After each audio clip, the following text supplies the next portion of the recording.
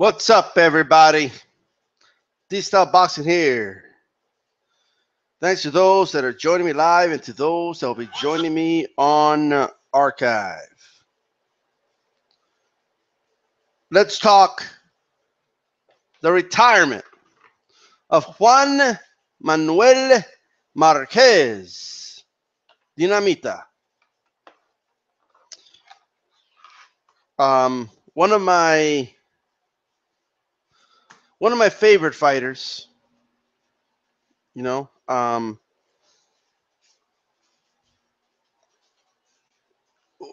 it's one of those. Like, where do I start? Where do I start? You know. So first of all, I remember Juan Manuel Marquez. When I would see him a lot here on Mexican TV, like on fights. And he was always regarded as one of the top world class boxers in the world. But for many reasons, whether you want to call it mismanagement, whether you want to call it guys just not wanting to give him his shot, Juan Manuel Marquez was not handed anything in this sport. Nothing was given to him on a silver platter. He took advantage of every opportunity that was put in front of him, every challenge that was put in front of him. Juan Manuel Marquez seized the moment. He didn't have the luxury of sitting back and cherry-picking opponents or any of that. Sure, later on in his career, when he's way past his prime, could you find some examples of him not taking, certain fights or whatnot? I guess at that point you are cherry-picking, my friends. Now, great blend of skill, and warrior spirit, Juan Manuel Marquez was. And what I mean by that is, he couldn't, what a lot of people call fight. He's not going to fight him. He's going to box him. And what a lot of people call boxing, he's not going to fight. He's going to box him. Marquez had a great blend of both, right? He was an extremely good counterpuncher. One of the very few who were excellent at punching while moving backwards. A great display of that, you can see it in the Juan Diaz fight, where Marquez is moving backwards live during the action. It looked like Juan Diaz, while he was throwing it looked like they were exchanging, but when you look at the replay in slow motion, he's moving backwards, landing counter shot after counter shot after counter shot until his back hits the ropes, and that is something that, yes, you can learn it, but man, that is a craft that everybody could try to learn it. Not everybody will. It's Juan Manuel Marquez, is, I can't say enough that nothing was given to this man. Nothing.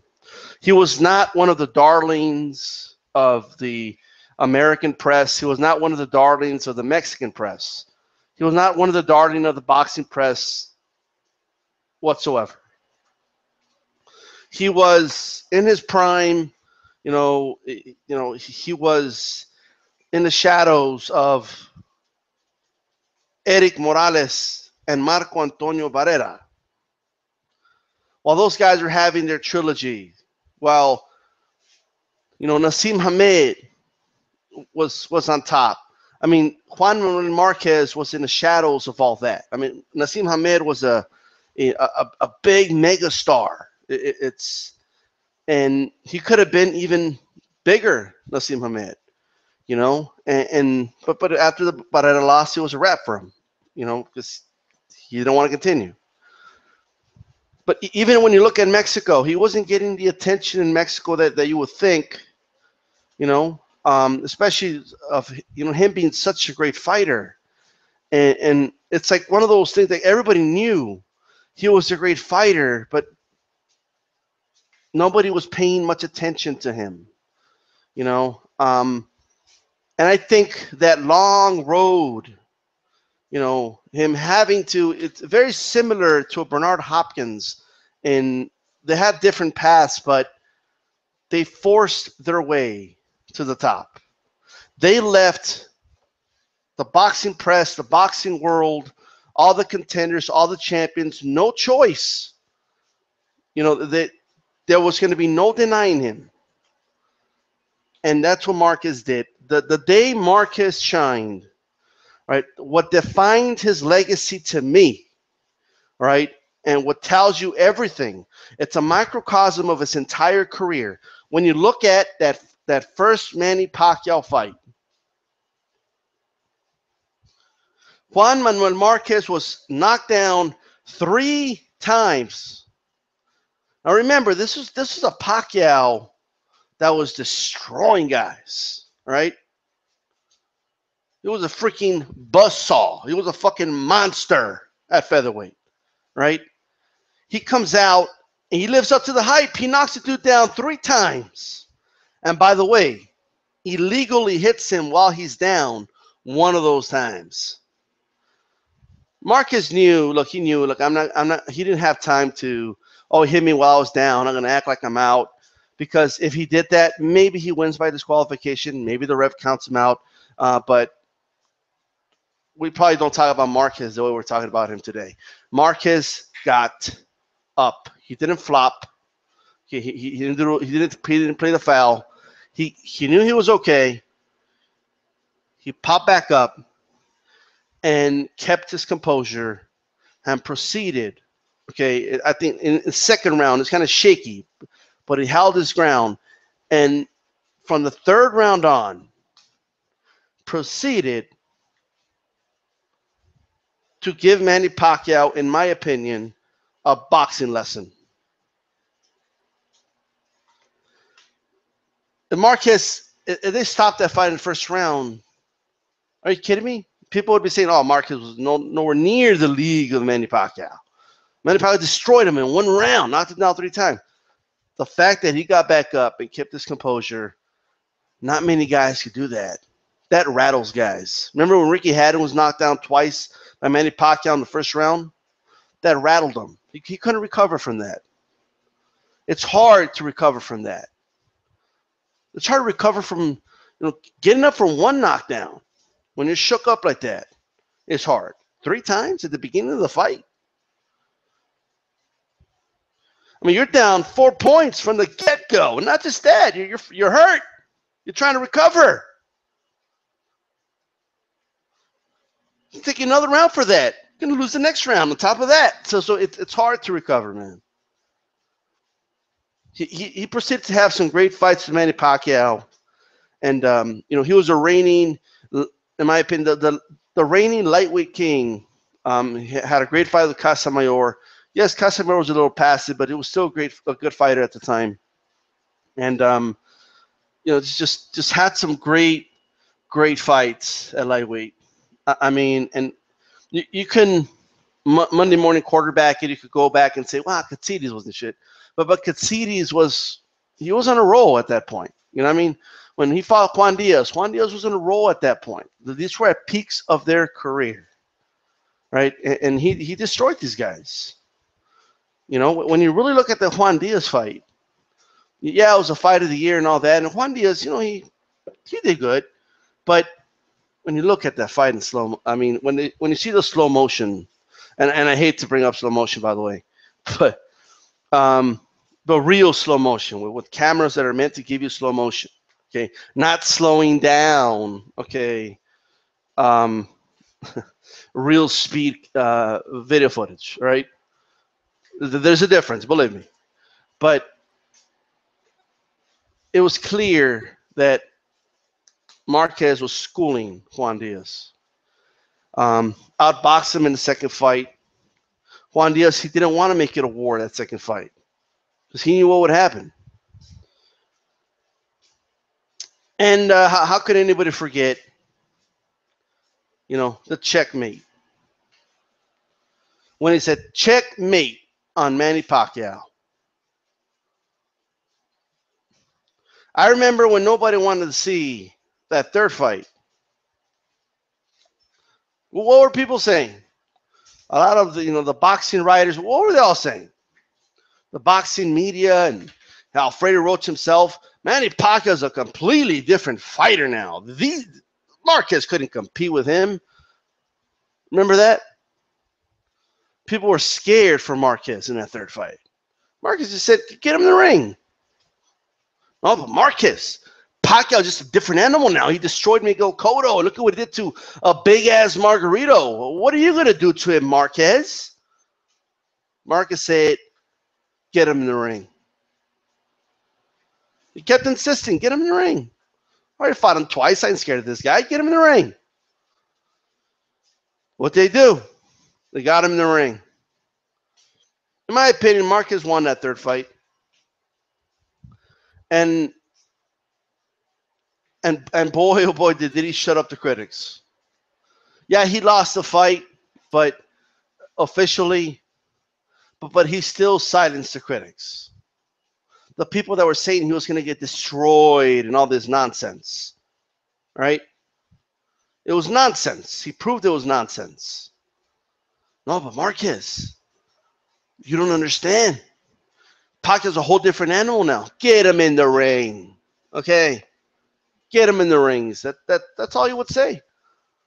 Get him in the ring.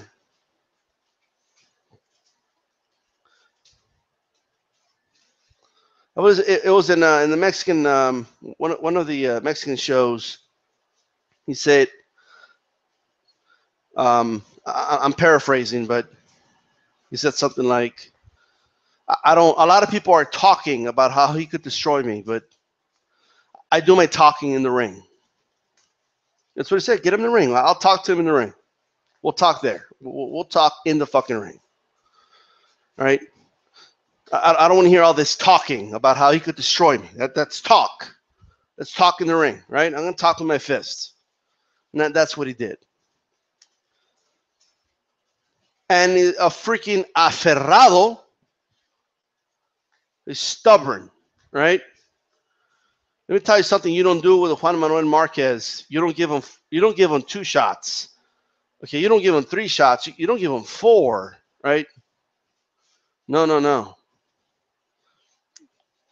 And as much as I respect Emmanuel Stewart, he was wrong in one thing, and he once said it favors Pacquiao the more you fight him, because you can't possibly get in the ring with Manny Pacquiao more than 3 times, and the fact that Morales did that, you saw how he deteriorated by the third. Let me tell you something, and of course I'm paraphrasing. No. Every time Pacquiao got it, look, it went from knocking him down all over the place, right, when they first started, to making adjustments to every fight getting the second fight being raise your clothes, to, in my opinion, giving him a boxing lesson in the third fight, to, okay, knocking him out in the 4th fight. And that knockout is a microcosm of his obsession with beating Manny Pacquiao. That's what it was. While Manny Pacquiao was, fighting Cotto and taking the world by storm, being called the best of all time, and people comparing him to Henry Armstrong, and all this stuff, right?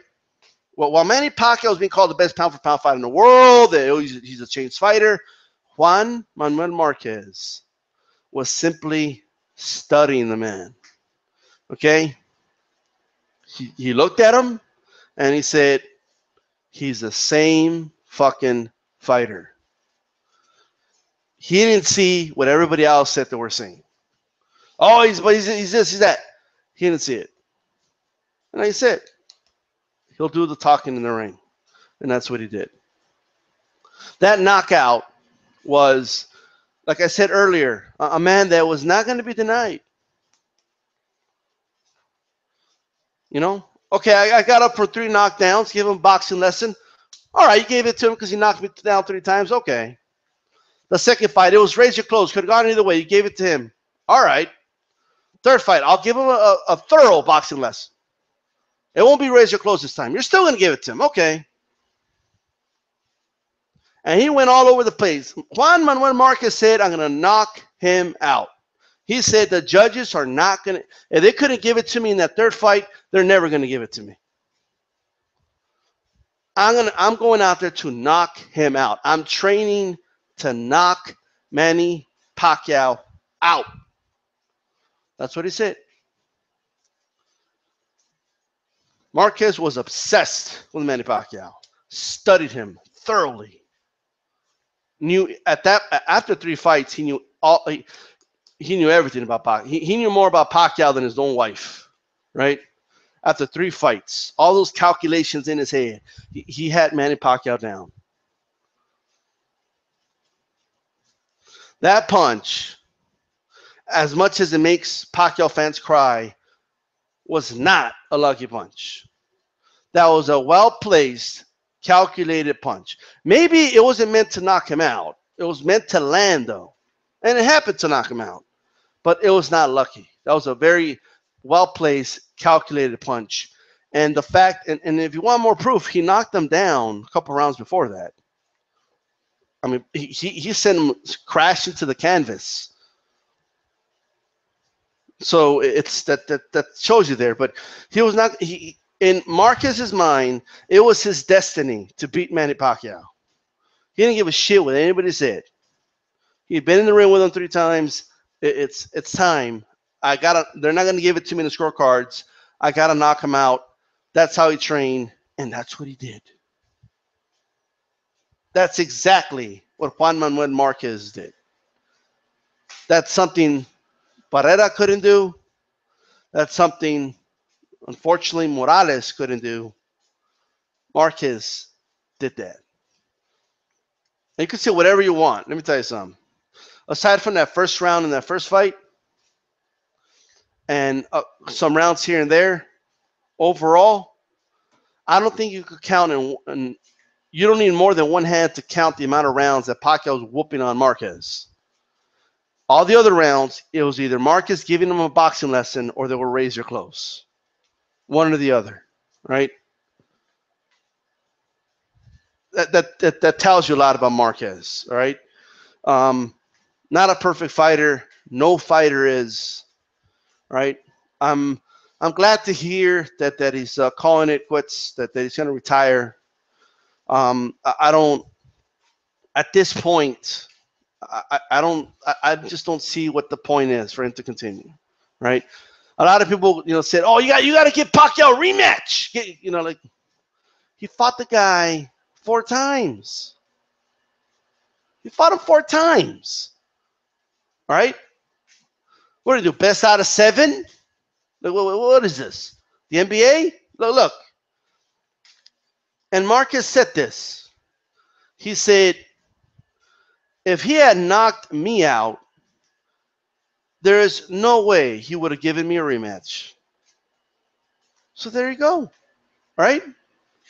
Why would he give him it's everybody knows if Pacquiao knocked out Marquez, there would be no rematch talk. Right? None. 0. And I also like how ESPN, by the way, acted so outraged when Horn got the decision over Pacquiao, all right? But, when Marquez didn't get the decision, I mean, they went out of their way to tell everybody that Pacquiao won that fight, right? The third one. But anyway, and the reason I'm talking Pacquiao because that was his biggest rival.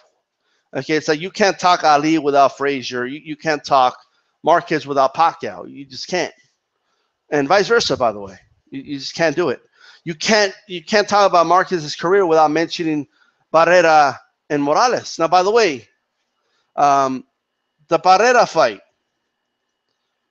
I thought that was a great boxing fight, man. I thought that was a great fight. I felt Marquez won. I felt he won. But I thought it was closer than what HBO had it. That's my opinion. That's like my opinion, man. I felt it was closer, but I felt the right guy won. I just felt it was a close fight. Like I thought they could have had a rematch, right? It's a shame that Morales never fought Barrera. I'm sorry that Morales never fought. What am I saying? They never fought Marquez, right? I thought that would have been an excellent fight. It would have been interesting how Marquez could adapt to that long reach of Eric Morales, and Morales could box as well. That would have been, a great boxing fight. Okay, that Marquez versus Barrera. I'm sorry, Marquez versus Morales. I'm sorry. Okay, would have been an excellent boxing fight, right? I don't think you would have seen much brawling in that fight. And shout out to Boxing Beats and Rhymes, by the way, because he said this in one of his videos. Okay, about the Marquez retirement, actually. All this Mexican style talk. I could tell you this right now. Okay, Marquez versus Morales would have been nothing like this. What people think a stereotypical Mexican versus Mexican fight looks like. It would have been nothing like that. Okay, that would have been a scientific exhibition. Okay? It's what it would have been. It would have been an excellent boxing at featherweight. It would have been an excellent boxing fight, right? Um, Now,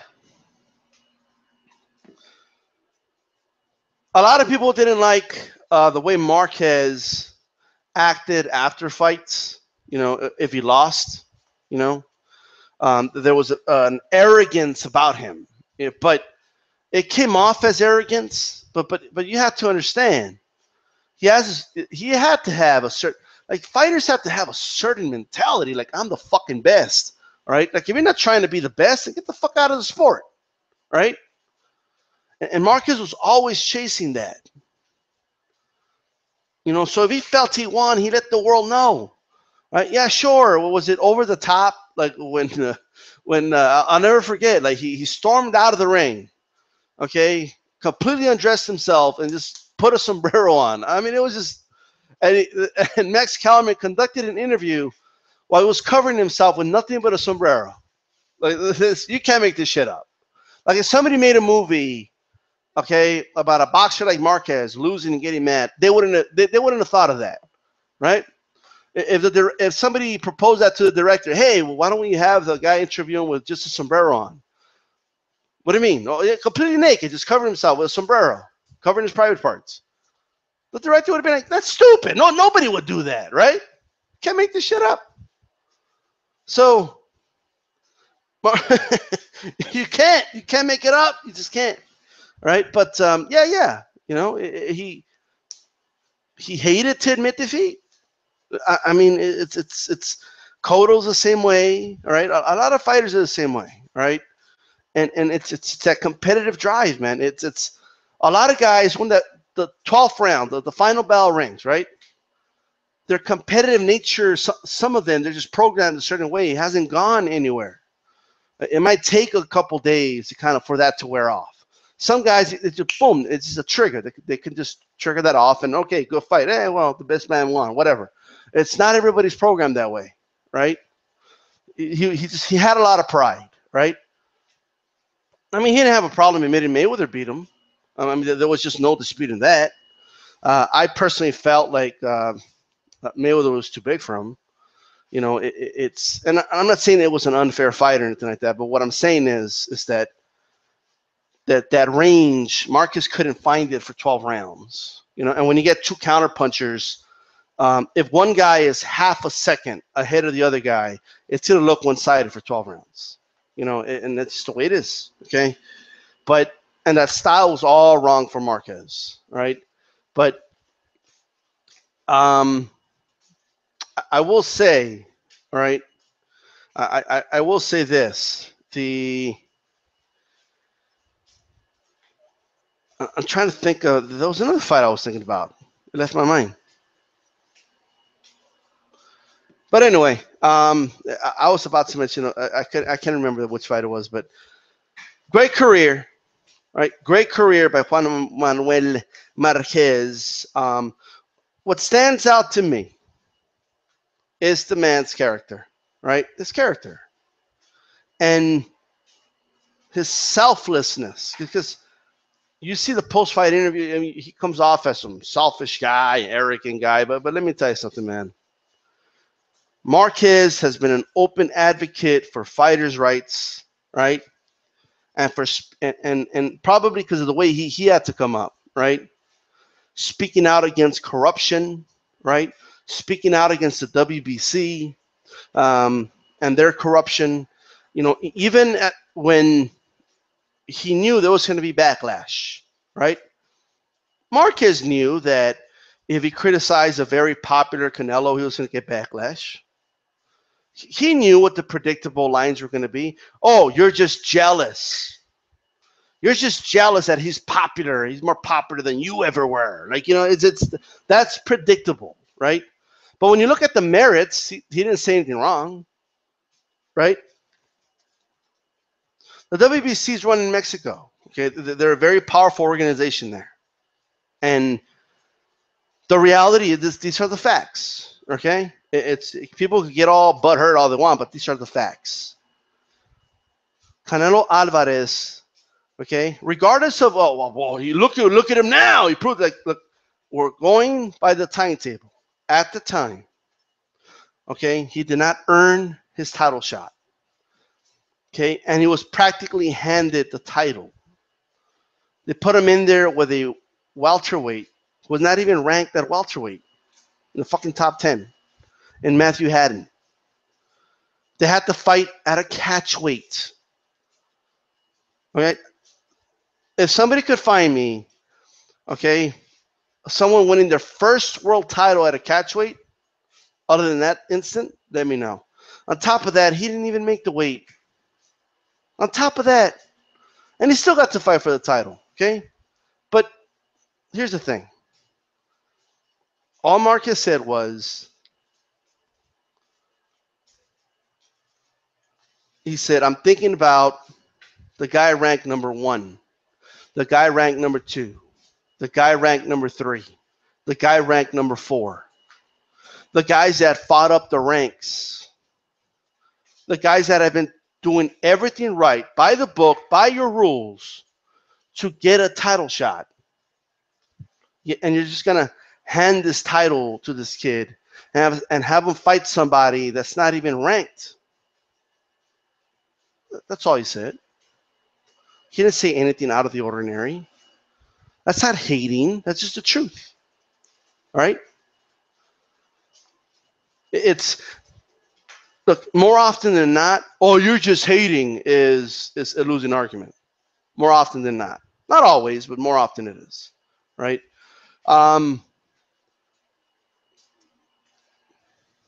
Anyway, really good.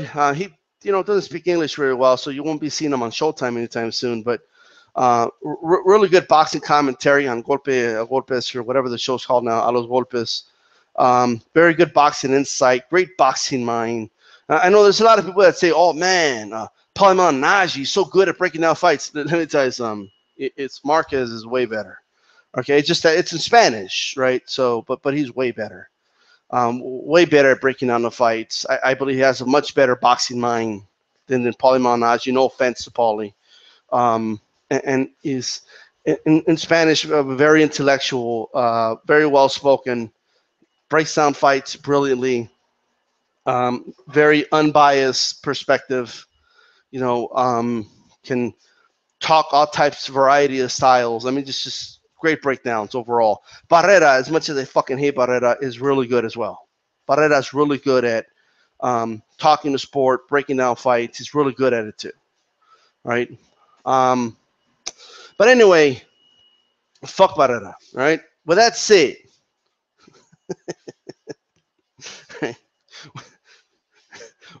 I don't listen to what the fuck he's got to say anyway, right?